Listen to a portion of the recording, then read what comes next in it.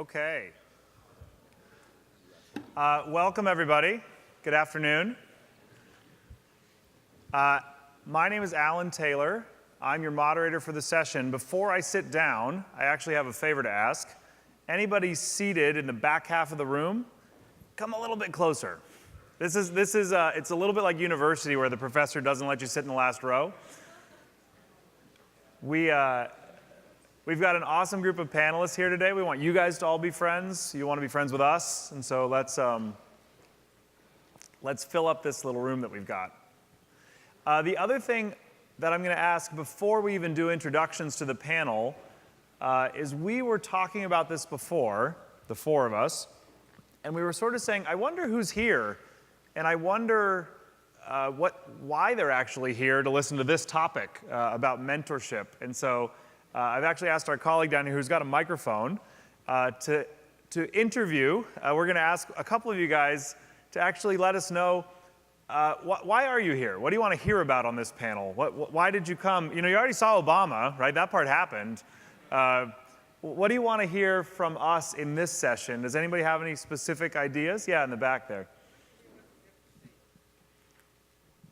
Hi, I'm Chris from Switzerland. I had own startup, which I sold recently, and I will be the first time a mentor in a, they call it Kickstart Accelerator. It's an accelerator program in Zurich, Switzerland, and I would be really interested what I have to do as a mentor. What do you have to do? To do good, yeah. Okay, Thanks. awesome, cool. Anybody else? Yeah, here. Hi, my name's Ronit Avni, and I'm building a platform for diasporas to mentor and train in their language of choice to their communities of origin. So to give back your knowledge remittances in addition to whatever else other people give back. So I want to hear, how is it going? What has worked? What hasn't? Methodologies, etc. Okay, this is great. Go right here. Let's take just a couple more of these. This is really good. Hi, I'm Guy Spiegelman. I'm from Israel. We have an organization that runs a network of 9 accelerators, and so we're always dealing with mentors and challenges around mentors, and how do you train them and manage them and keep them in positive contact. Okay. Go ahead. Thanks. Hi, I'm Dimitri. I'm from Ukraine, and like my colleague from Israel, I run a network of 6 accelerators across Ukraine, Georgia, and Moldova. So obviously, as our mission is to build a startup ecosystem in Eastern Europe, mentorship and training is at the forefront of what we do. So I'd love to hear your input on that. Thanks. Okay. Yeah, here, let's do this, and then the first row, and then we'll start, and I promise we're going to save almost the whole second half of the panel for Q&A. This is just to get us started. Go ahead. My name is Sishir Garamella. I run a rooftop solar company in India. We focus on residential and small commercial installations. There are many ways we can make solar very accessible to regular homes, and that requires technology and building the entire ecosystem around the installation market. So I'm looking forward to hearing something about mentorship, and also I like the word exponential, because there is a time where this is going to go up. So I look forward to hearing about you. Great, and then one more in the front row. My name is Jill. I'm from China. So I have a startup business career social platform for Chinese overseas returnees. Help them to return back home after the culture identity change, because everyone thinks we are Chinese, but we are not. We are hybrid. So we are facing a lot of reverse cultural shock, and the guidance in terms of not only career-wise, but also emotion support. So that's why I'm here, and to learn how I can implement and the ideas and to this network. Thank you. Okay. Awesome. No, super. That is fantastic. What do you guys think? Does that give us something to work with? Ready to roll. All right. So for those of you just arriving, thank you for joining us. The rule is you're not allowed to sit in the last 3 rows, so please come a little bit more forward. And for everybody who came out, thank you for being a part of this session. This is officially Exponential Entrepreneurs, driving global innovation through robust mentoring, which is a mouthful and a lot of buzzwords. So we will unpack that a little bit and try to talk about a few different topics related to mentorship, and particularly to building networks of mentors out in the world. So why don't we actually start with just a super quick round of introductions, and we'll go, Ross, I'll come to you first, we can come down the line. Tell us a little bit about who you are and why you're here. It's great.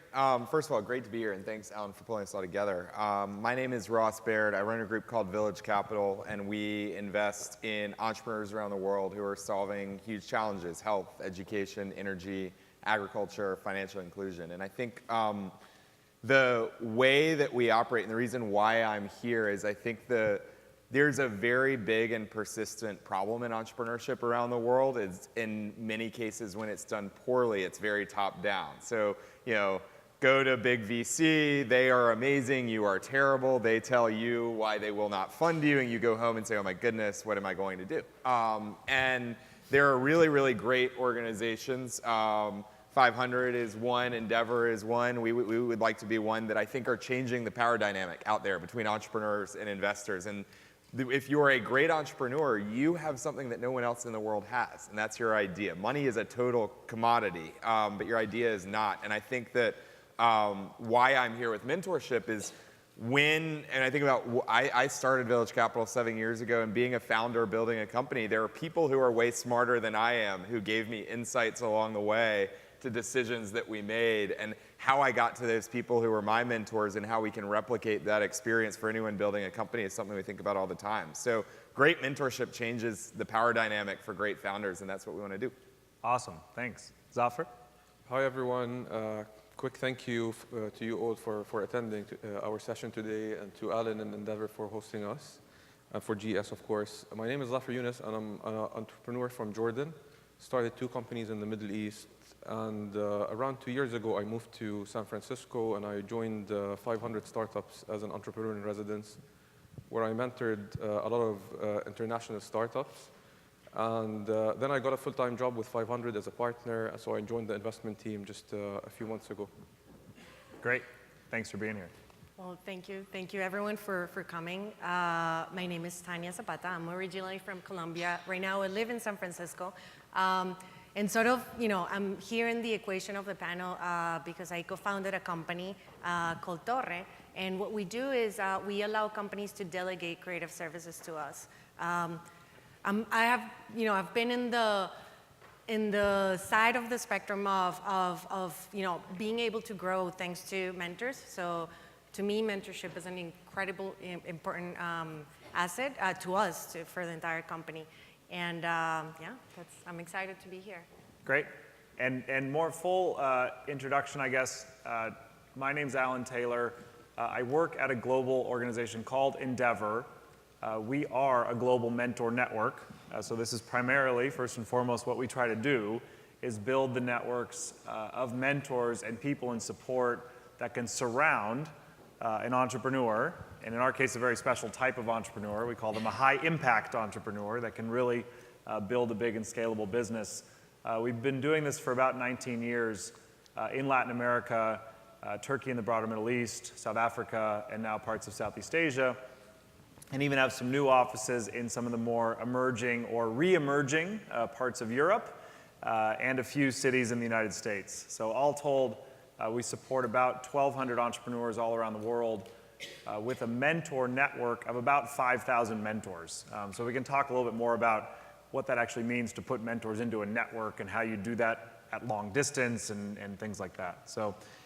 But I think actually getting a definition is a good place to start, because there is not one single definition of mentorship.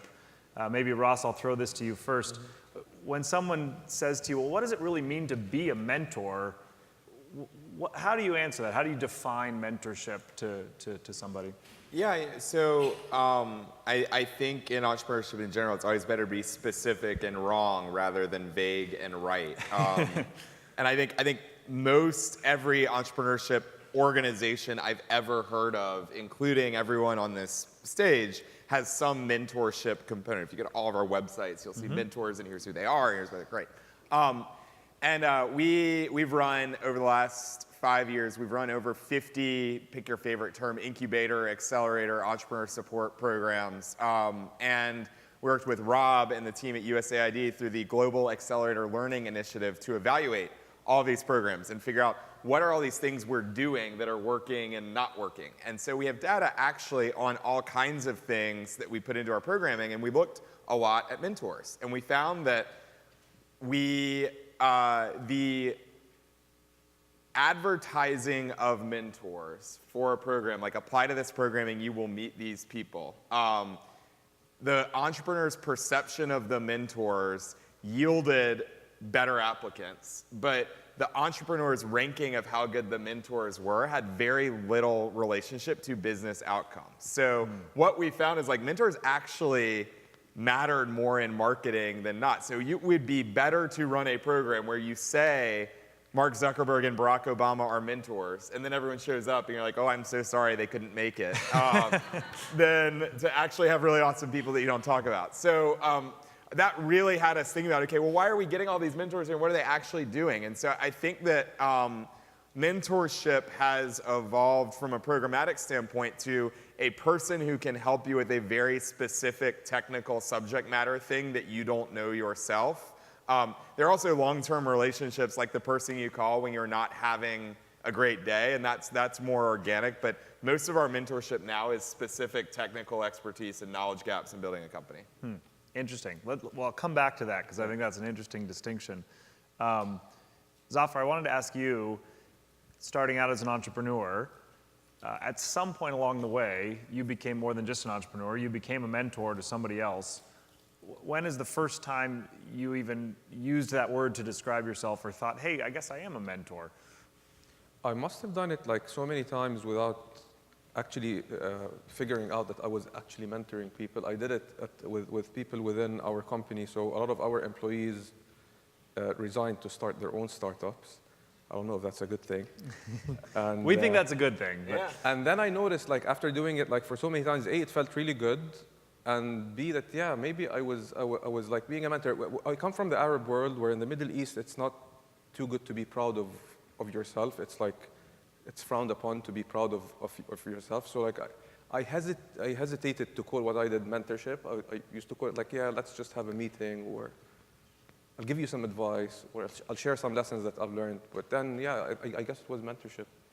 And then when you first came here to work with 500, I mean, you were now you're on the investment team, I know, but your primary role was really just to be a mentor to companies, right?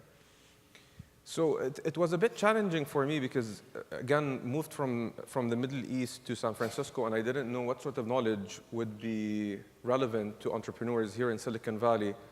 I was pleasantly surprised that a lot of like the entrepreneurship concepts sort of translated very well across borders. We're used to getting mentorship from Silicon Valley into the Middle East, and here I was mentoring Stanford students and people who were born in Silicon Valley, and it felt good and it felt a bit weird at the time. But I learned a lot through doing it as well. Like one thing that I love about mentorship is that the mentor learns as much as the mentee, and you really, like, after every mentorship session, I come out and say, why don't I follow my own advice, and like, why do I keep saying things that I should sometimes be following as well. Well, I think auto-mentoring, self-mentoring is also an important it's totally, discovery process. Tanya, I want to ask you about your own experience as an entrepreneur. I guess if you have a definition of mentorship that you think about when you go out to look for mentors. I mean, yeah, I guess there are two definitions for mentors for me. Actually, I want to say something that I failed to mention, that I'm a very proud Endeavor entrepreneur. Okay. As well. This is live streaming, so we appreciate that. There are people watching out in the world. Endeavor.org. There you go. So I think that there are mentors that sort of take you in and help you in many different ways, you know, sort of like a rounded mentorship of, you know, like personal, like you were saying, and work related, or you know, based on experience. And then there are like very specific mentorships. So, you know, like relationships that you have maybe once or twice and are like 20-hour-long sessions of hardcore, okay, so this is my experience, and, you know, like, take whatever you can relate to that specific session and use, you know, what you think is best for you. So, I mean, mentorship is that. It's just a transferring of knowledge and also support, you know, for people that have been there and done that as well. So And- that's sort of my. And do you have an ongoing mentor in your life as an entrepreneur that you work with or Yes. look up to? So actually, he became an advisor for the company, and it was we actually met him through Endeavor when we were on our. Sort of the process of getting into becoming Endeavor entrepreneurs, Selection which process, is a yeah. really, really long process. And he's actually an advisor to the company, Dan Herstakov, and he has been an incredible help for us. So he's been with us and advising us for 3 years or so. Yeah, fantastic. So, yeah. I think one of my favorite definitions, because I think there are many definitions for mentorship or what it means, is if you have one really good conversation with someone, they're not really your mentor yet. That's advice, right? Oh, I got some really good advice from this person, right? And the thing about being in the advice business is there is good advice and bad advice. But if you find that you go back to someone because you got good advice, and you get good advice the second time, and then over time you realize this is somebody you're going to and asking a lot of questions of, I think that starts to become a mentor, right? I think there's a time component to it. Zafar? So I got introduced to mentorship through Endeavor. So a big thanks to Endeavor for that. And I remember the most effective mentorship session. We were in New York, my co-founder and I, and Endeavor sent us this email that you have a mentorship session with this guy for 15 minutes. And my co-founder and I were thinking, like, it takes us 15 minutes in the Arab world just to say hellos and like to sit down. Like, what are we going to get done in like 15 minutes? Anyways, we go to the Endeavor office in New York, and the mentor rushes in. We sit down, and it literally took him 2 minutes to learn what we were doing. And then 13 minutes, he explained to us exactly what we were doing wrong and exactly where we would be in a year's time, in 2 years' time, in 3 years' time if we kept doing what we were doing. Unfortunately, we kept doing what we were doing. But I remember every year, my co-founder and I were like reviewing that mentorship session and just saying that that was probably the greatest mentor that we've met, and that everything he told us was like so true. It was just 12 minutes, but probably then talking to the Endeavor staff that worked behind the scenes for this mentorship session probably took, I don't know, maybe 6 days to 2 weeks to just like get him to say yes, get him to give those 15 minutes, then schedule the time in New York for us like to meet at your office. So I guess it's also a lot to do with the background work that happens, and not just like the amount of time that's spent or the frequency of the mentorship. Yeah, well, I think it points to something which is a lot of mentorship is relationship building, and so it is very organic. In some ways, it's serendipitous, right? There's sort of an element of serendipity in all of this. So I sometimes think of some of the work Endeavor does behind the scenes. What Zafar's talking about is sort of curated serendipity, right? I mean, there's an element of curation to then trying to see what can really happen. So it brings me to the next topic I want to, Ross, ask you a little bit about of how you guys do this with Village Capital. But over the last 5, 6, 7 years you've been doing this, what really works? I mean, what stands out in your mind is, of all the different things you've tried or ways you've tried to put entrepreneurs and mentors together, what has worked the best? Yeah, so somebody who's a mentor of mine once said a phrase that, as a person I go to advice repeatedly, said a phrase that stuck out, and he was talking about the difference between hard diligence and soft diligence. He's a very active investor. He says so much of the, like everybody asks him to be a mentor. He's like, so much of the stuff that I get asked to do is related to what I would call hard diligence. Can you review this business model and financials, and we're going to pitch you and look at this investment brief? And he says it's like the most obvious thing. Like, if I am familiar with and like a person and trust a person, I'm much more likely to invest in that rather than like if I like their business model and like their market size. And the best stuff that I go to are things that get me to build relationships with people. And I find that almost, how many of you run some sort of accelerator entrepreneur support organization?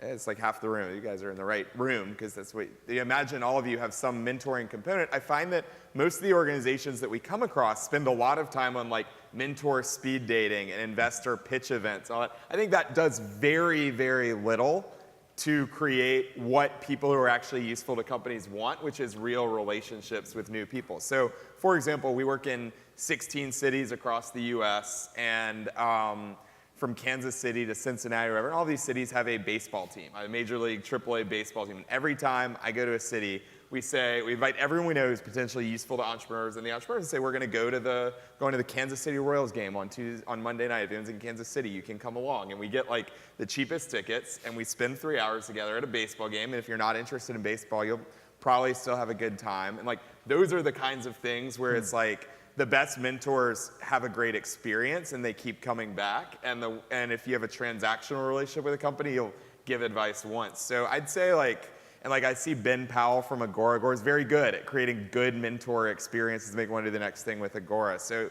think about is the mentor having fun? It's really like a simple question. And for the folks in the audience who do run these types of networks or diaspora mentorship networks, so we heard a few different people in the beginning, what advice would you give them on how hands-on to be as the network builder, right? Is it just about getting people to meet each other the first time, or should you play a role in curating their relationship over time? How do you think about that?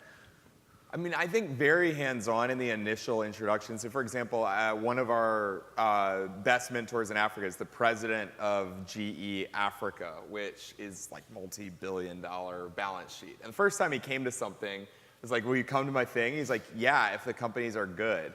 And I was like, what do you mean good? And we were emailing back and forth, and he did not respond to my email. So we had to figure out, we go to his team, what is GE strategically interested in?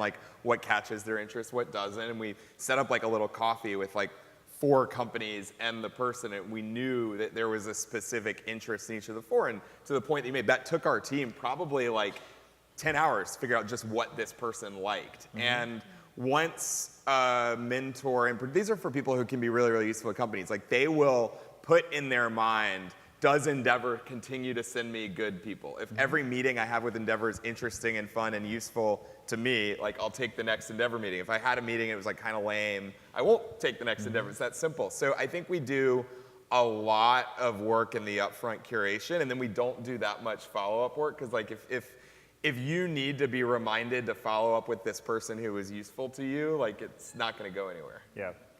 Zafar, how does 500 think about this in kind of interacting? You guys have so many entrepreneurs now all over the world, and then you have a lot of mentors all over the world. What does 500 see as its role in facilitating mentors and entrepreneurs interacting?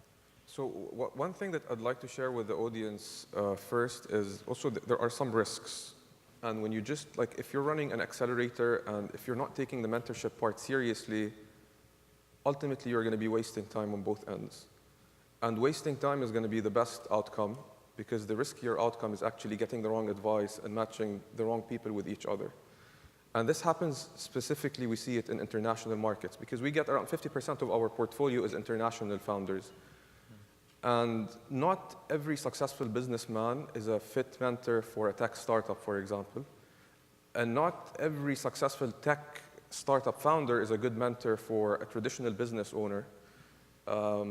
Just like VC isn't the best source of money for every type of business. And we see a lot of sort of wrong advice being exchanged through mentorship that hasn't been thought of sort of thoroughly. On the 500, and we did a survey, so we do regular surveys, and we found that in some cases, our mentors are disengaged because they feel that the mentorship sessions they didn't feel that they were adding enough value, or they didn't feel that the topic was relevant, or the needs matched their expertise. And that's something that's very difficult to repair, because once you lose that relationship with that mentor, it's very tough to re-engage them and to get them back onto the network. They'll stop replying to emails, or they'll just be a bit more hesitant to accept mentorship requests through your network. So maybe it's best not to do it if you're not willing to dedicate enough resources and enough thought into making it succeed. The second thought is around the stage of the entrepreneur and the type of mentorship that they require. So at the early stages, getting business advice from anyone who is even like a top executive at a big corporation is really great, because all the entrepreneur needs maybe at that time is some encouragement, some validation, some generic advice. Then it gets more technical as the entrepreneur progresses through the journey. And this is one really tough part to get right if you're in international markets, because so often you won't find someone who's working on a mobile commerce startup to mentor a mobile commerce entrepreneur who just launched like a startup in your country. And this is where I feel like Endeavor does an amazing job, because they're matching mentors locally, and then once the entrepreneur gets to a certain stage, they start matching him to global mentors that are really relevant to the pain that the entrepreneur is going through. I still seek mentorship, but it's more difficult for me to get a relevant mentor today for example, for my company, because my company has been around for 5 years, and in order for someone to give me value, they have to be very specialized in the field that my company is in, versus someone who's just started in their journey. Tanya, for you, and so we have, I'm going to do a couple more questions, and I do want to let you guys ask some questions of our audience towards the end of the session. So be thinking of your questions, because we're going to come to you in a minute. I guess several people have brought up this idea of mentoring locally versus mentoring globally. I'm interested in your story. I mean, you guys started out building the company in Bogota. Later, you moved to San Francisco.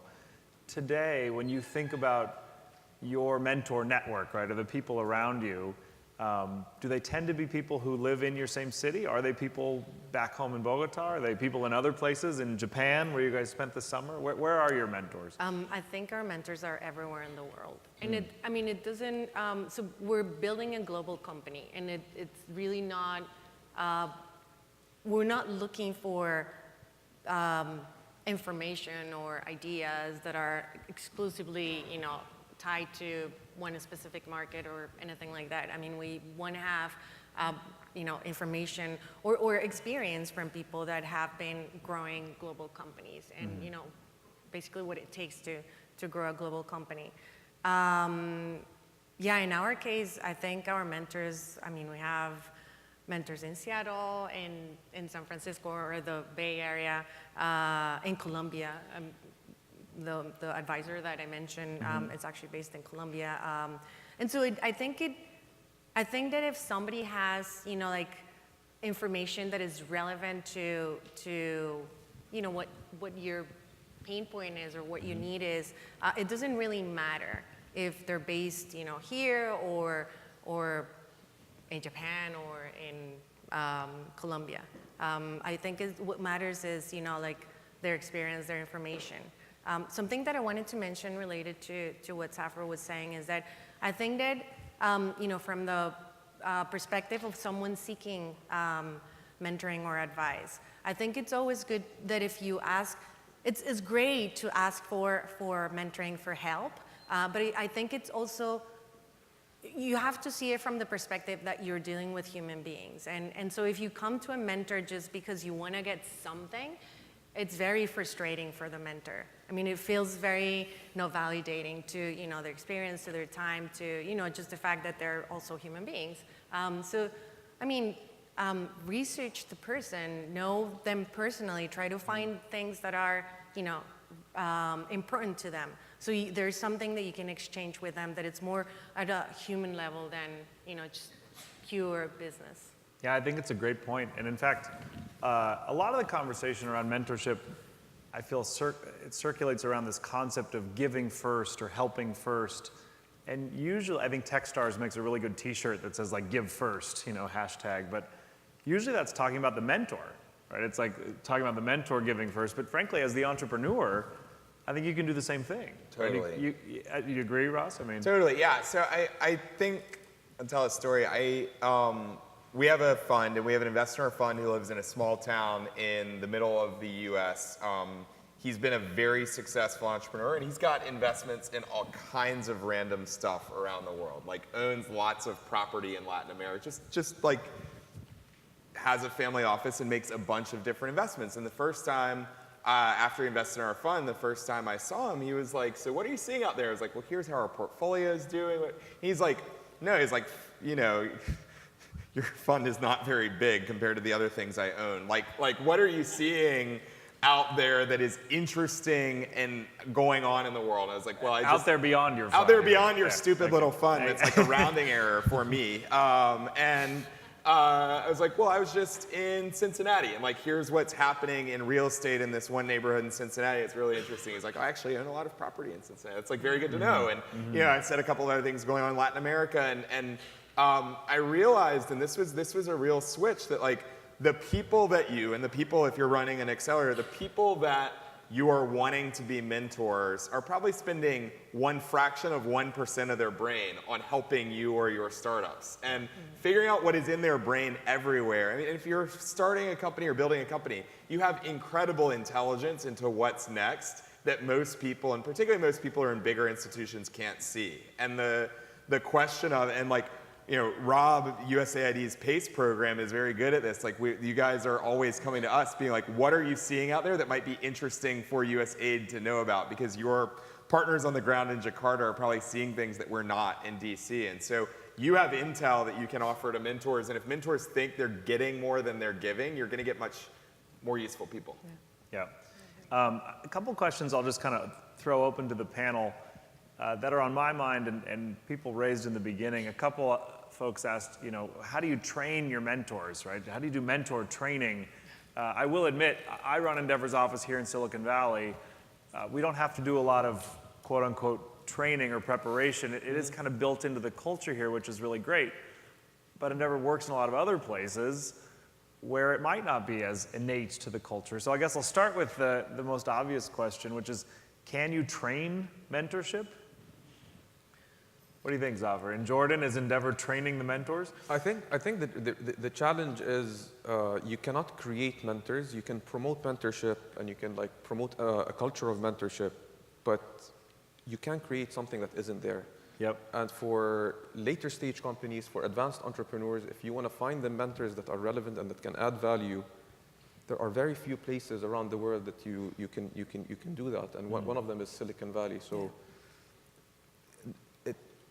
I'm sure there is a big component of training mentors and like getting people into the mentorship habit. But I'm just thinking if a company is beyond Series A in an emerging market, unfortunately, in most cases, the mentorship know-how is not going to be there in the market itself. They have to cross over to other markets to get it. That's where I see the real challenge. Well, you're in a way, those entrepreneurs, the ones that have reached those growth stage, you're creating tomorrow's mentors today, right? We hope they will be the mentors down the road. It takes right? time, But it takes time to do that. You guys have ideas or thoughts on this? I mean, I do think, so there's definitely a component of cultural or mentality in mentorship. I mean, I'm from Colombia, and I think that there is something about, you know, like us not necessarily wanting to share our knowledge, which is, I mean, it's a little sad. I mean, for us, you know, just because we have been, you know, through this entrepreneurship, you know, sort of experience for a while, we actually are doing, you know, mentoring right now to people in Colombia that is, you know, looking to start their own businesses or grow, you know, like their businesses. But I do think that there has to be more than whether, you know, there's like specific, you know, step-by-step training that they need to follow. I think there has to be a mentality of wanting to share knowledge, of wanting to also see other people grow, and understanding that, you know, like if we all collectively grow, then, you know, we're moving forward. So I think that's more than just, you know, specific steps of mentoring. Yeah, no, I think you hit on a couple points. You know, it's the mentality almost, right? Because people have the business experience, but getting them in the right mindset. And then it's the desire or the ambition to want to pay it forward, right? To want to actually help. Ross, did you want to add something? Yeah, can I get super tactical? Yeah, here? do it. Okay, so. It's live streaming, so whatever you say to the world. You know. Hey, hello Thailand. I'm going to tell you how to prep mentors for meetings. So I think that you know, most of our investments are in places that are not Silicon Valley and not Boston, and we say that every city has its own distinct regional strengths, and we try and build on top of that. We're based in DC. One of the things that people in DC know how to do better than any other city in the world, I will guarantee, is write briefing memos for very important people. And we had a team member who had worked previously in DC in politics, and she was like, it is insane that we don't brief our memos like I briefed my old principal. Her boss was a US senator. She's like, every time the senator was walking into a meeting, we'd prepare one page of like, here's why this is important, here's why this is worth your time, here's what we want you to talk about, here's what we think you could be of value. And so we literally adopted US government principal briefing memos for them. And it's super tactical, but it's great. Like a mentor walks into a meeting and we send it to them the day in advance and they usually don't read it. So like they go to a meeting, we're like, here is your sheet. And like, okay, great.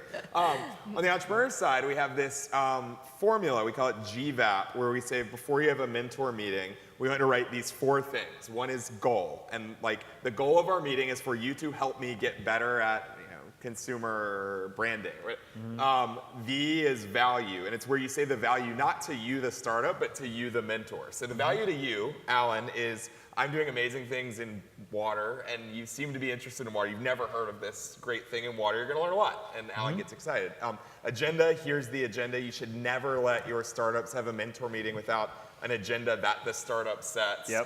And then P is permission to proceed. There's always like how's this look? Does this sound good? 90% of the time, the mentor will be like, yeah, that sounds great. But 10% of the time, the mentor will be like, actually, I really want to talk about this thing. I'm interested in that. And then you guide the conversation that way. So super tactical. We do this GVAP thing on the entrepreneur side, White House quality briefing memo on the mentor side. And it just like, it has made things 10,000 times more effective. That's awesome. And Ross is from DC, so GVAP, he's got the acronym for it. GVAP, yeah. People in DC, global capital of good acronyms. I should just sort of give a thumbs up to all those, right? Endeavor practices many of those same things. We don't have an acronym for it because we're not in DC. Headquartered in DC. But I think that's great.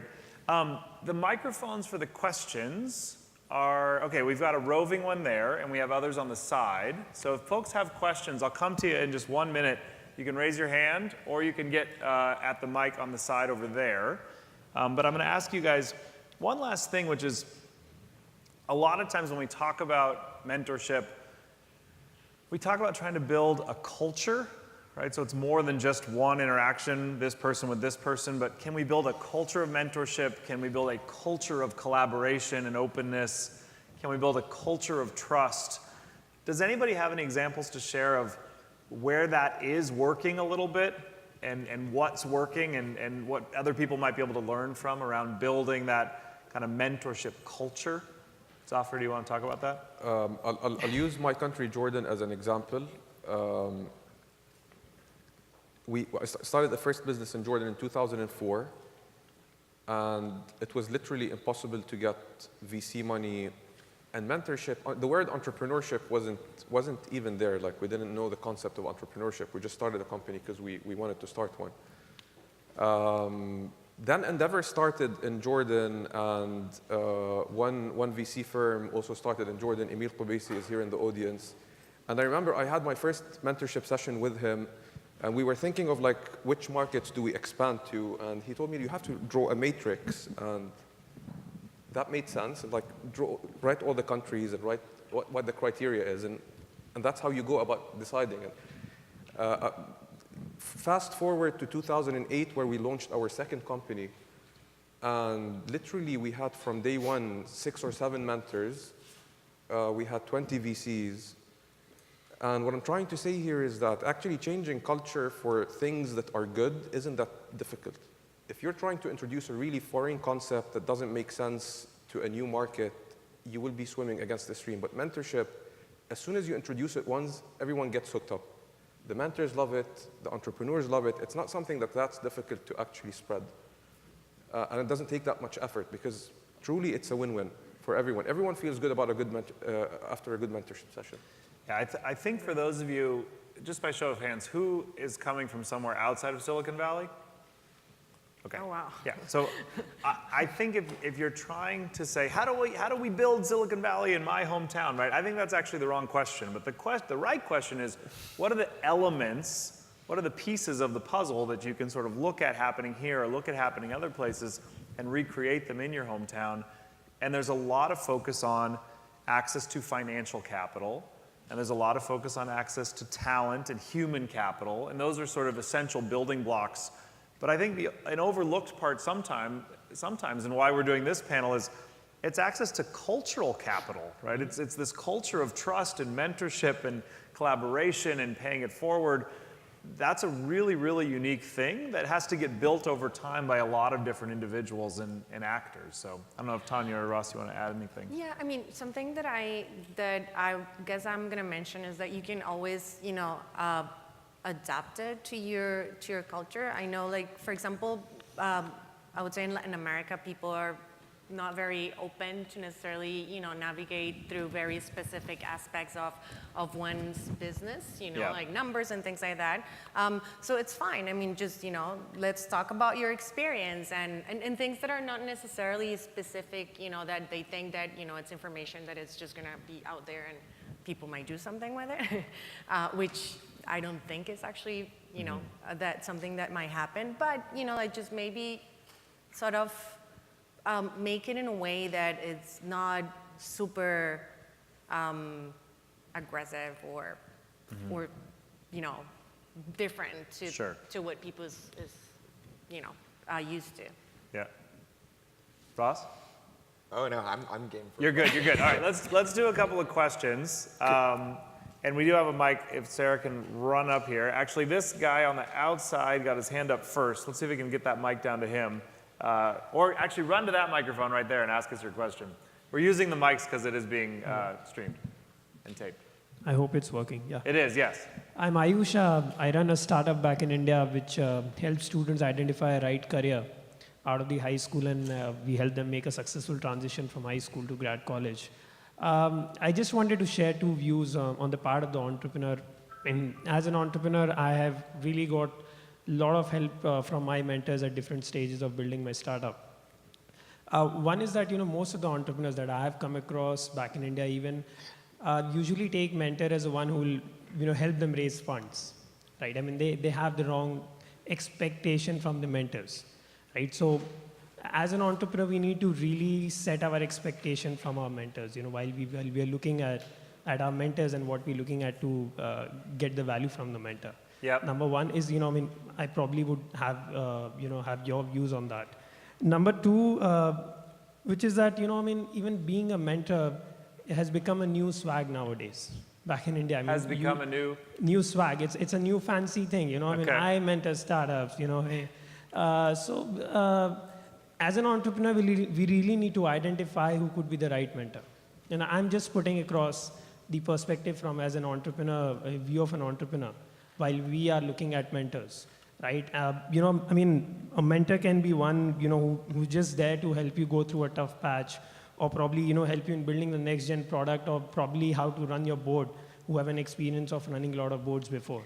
So we really need to find the right set of mentor, as an entrepreneur, specifically for things at different stage of building our startup. Okay, thank you. Yeah. Anybody want to comment on entrepreneurs' expectations of their mentors, or how they should think about that or manage that? One challenge we run through is international entrepreneurs always think that only Reid Hoffman or Mark Zuckerberg can mentor them.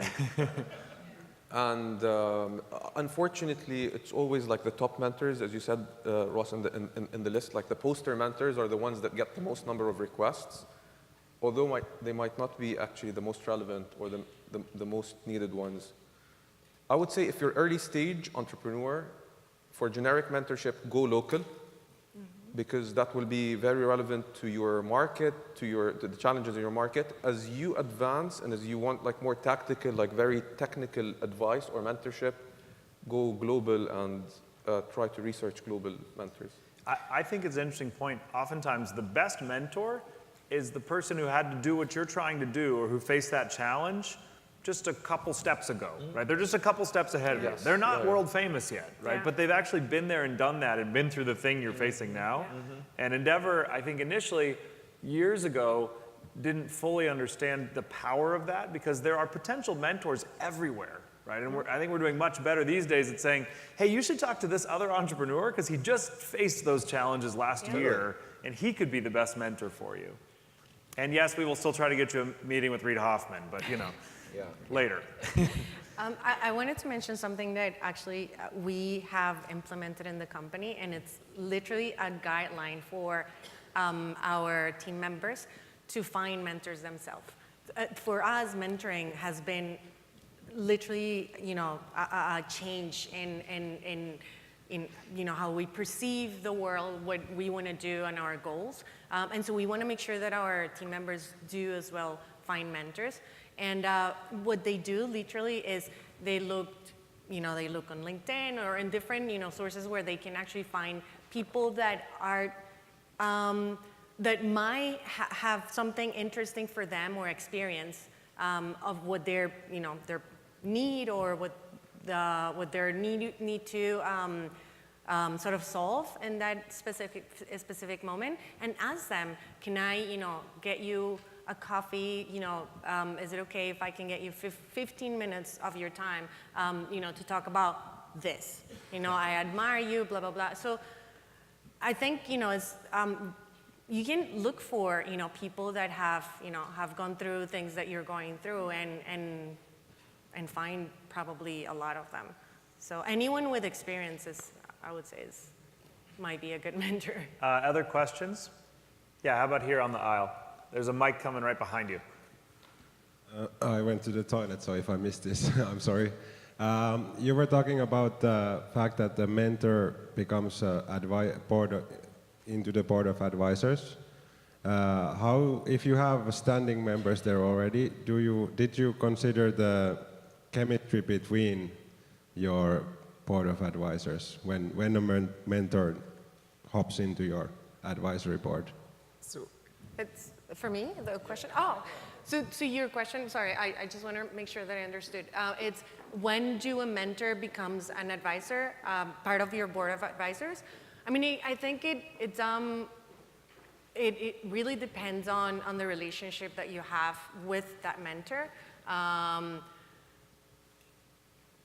I mean, if you become, sort of a good friend with this person, and this friend is invested in what you're doing, they really believe that you're going to achieve great things and wants to be part of your board of advisors, I think it's great that you ask them, please, can you join us, being an advisor? And then, I mean, of course, you need to think about, a way of compensating this person for that.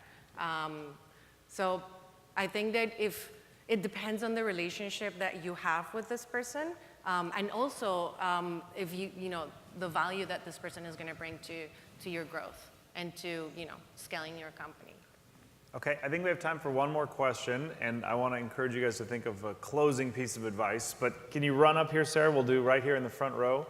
And Ross has to run to the airport. The moment we leave, he's going to walk off stage and go to SFO, but the rest of us will hang around if you guys have additional questions we didn't get to. We're happy to answer them. Yeah, please. All right, hi, my name is Sami Nujukan. I run a renewable energy company in Nigeria. My question is, how do you find, if you're not part of Endeavor or some organization like that, how do you find mentors that are relevant to you, especially when your space is small? Mm-hmm. So in my space, there's probably half a dozen of us across Africa, probably competing for the same market space. How do you find mentors when your space is very, very narrow? And what are the best ways to go about doing that? Mm-hmm. And what space are you in? We manufacture and sell home solar systems for off-grid communities and low-income communities in Africa. That's awesome. I mean, so I would say that there are, I'll give you an example. Someone who I regularly get very good advice from is Dave McClure, who's the founder of 500 Startups. And 500 Startups is started a couple of years before we do, and a lot of the stuff that we decide, when I talk to Dave, he's like, we thought about that, and we either didn't do it, I wish we did, or we did do that, I wish we didn't. But Dave is incredibly collaborative. Like, we have co-investments.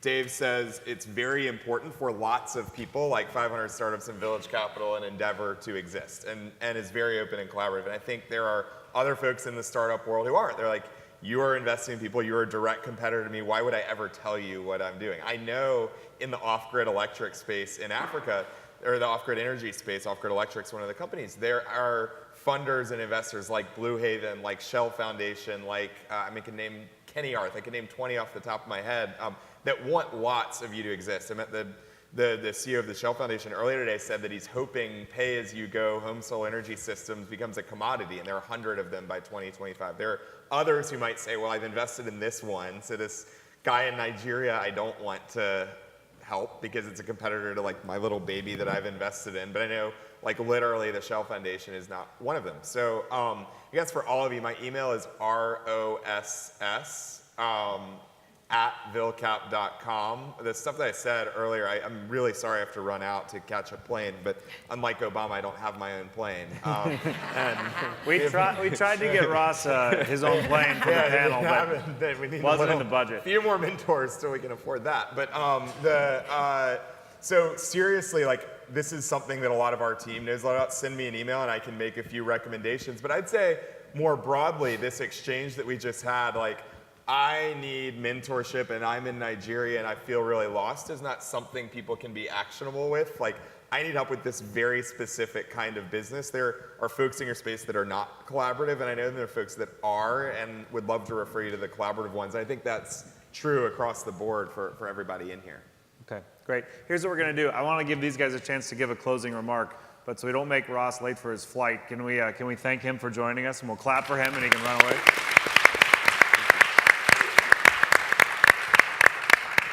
Now, if you have to sprint, go ahead. I might go. Okay. But I do want to bring it back and give you guys a chance to respond to the question, as well as to have any other sort of closing thoughts. I have one thought on this question: is it never hurts to ask, right? I think you can find people. You say, I don't know, maybe that guy's a competitor. I don't know if I should ask him. I don't think you don't risk losing too much by just asking. So. I know everyone else has places to go, so we will wrap up. But Zafar or Tanya, any last word of advice you want to give to people who are trying to become mentors or build mentorship ecosystems in the world? Maybe it's related to his question. I don't think that you need to actually just stick to your target market. Companies have difficulties that are very similar, even though you're in very different markets. So if there is a person that is in another country that potentially can have the same or experience that you need right now, it's worth asking. Yeah. Why not?